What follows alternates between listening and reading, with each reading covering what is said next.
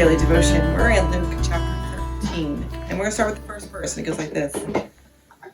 Now there was some present at that time who told Jesus about the Galileans whose blood Pilate had mixed with their sacrifices.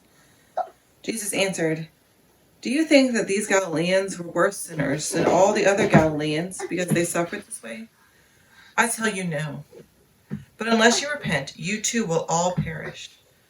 Or those 18 who died when the tower in Siloam fell on them, do you think they were more guilty than all the others living in Jerusalem? I tell you no. But unless you repent, you too will also perish." Then he told this parable.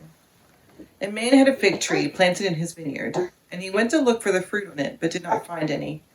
So he said to the man who took care of the vineyard, "For 3 years now I've been coming to look for fruit on this fig tree and haven't found any.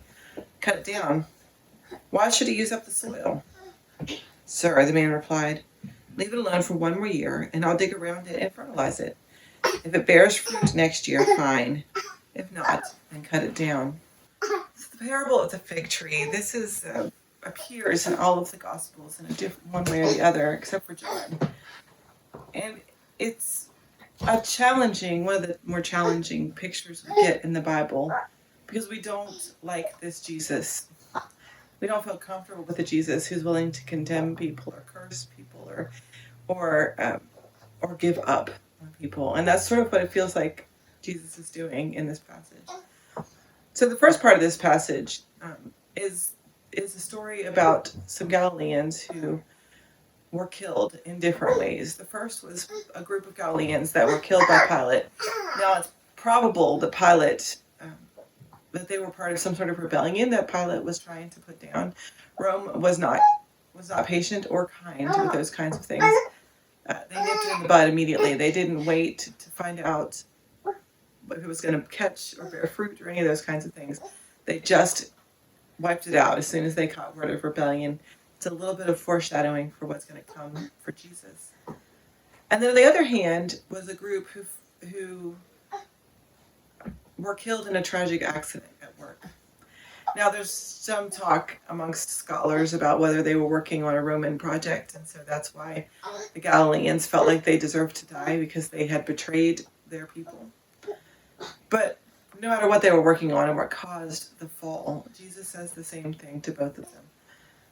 Same response to both of them. God does not put people to death because of their sin. Death is a part of life. It's part of being human. It's the inevitable result of our lives. And so everyone will at some point have to face that and deal with that. But Jesus says, looking for the cause, looking for reasons to blame them, looking for a reason that they deserved whatever bad thing happened to them, is not of God. God's not particularly interested in that. We all have sinned and fallen short of the glory of God. And so all of us in some ways deserve that kind of treatment.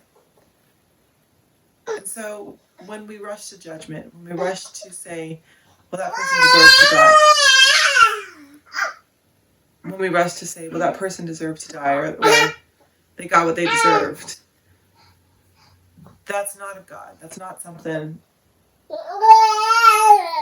that God lifts up or supports. Jesus says we all deserve blame. We all have blame to carry.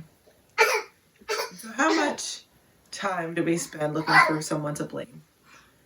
Looking for who's at fault?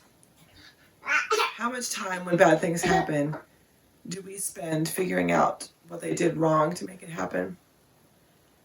It's all part of this idea that actions have consequences, and we want some level of control, and we want to understand why things happen, and why bad things happen to good people, and often there's just no answer. And so looking for blame, looking to find who's at fault, looking to figure out what caused it, what they did to deserve it, it dishonors their memory, and it puts us in a bad way, in a bad place. And it denies the fact that all of us, every one of us could have been there, could be in that place, but for different circumstances. And so the next time you hear something tragic happen, or something terrible happens, or you hear about somebody who is the recipient of bad things, is the victim of a bad thing, how can we respond with the compassion of God?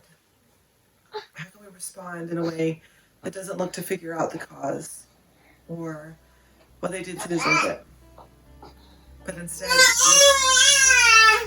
at the way God offers grace in the midst of it. God bless.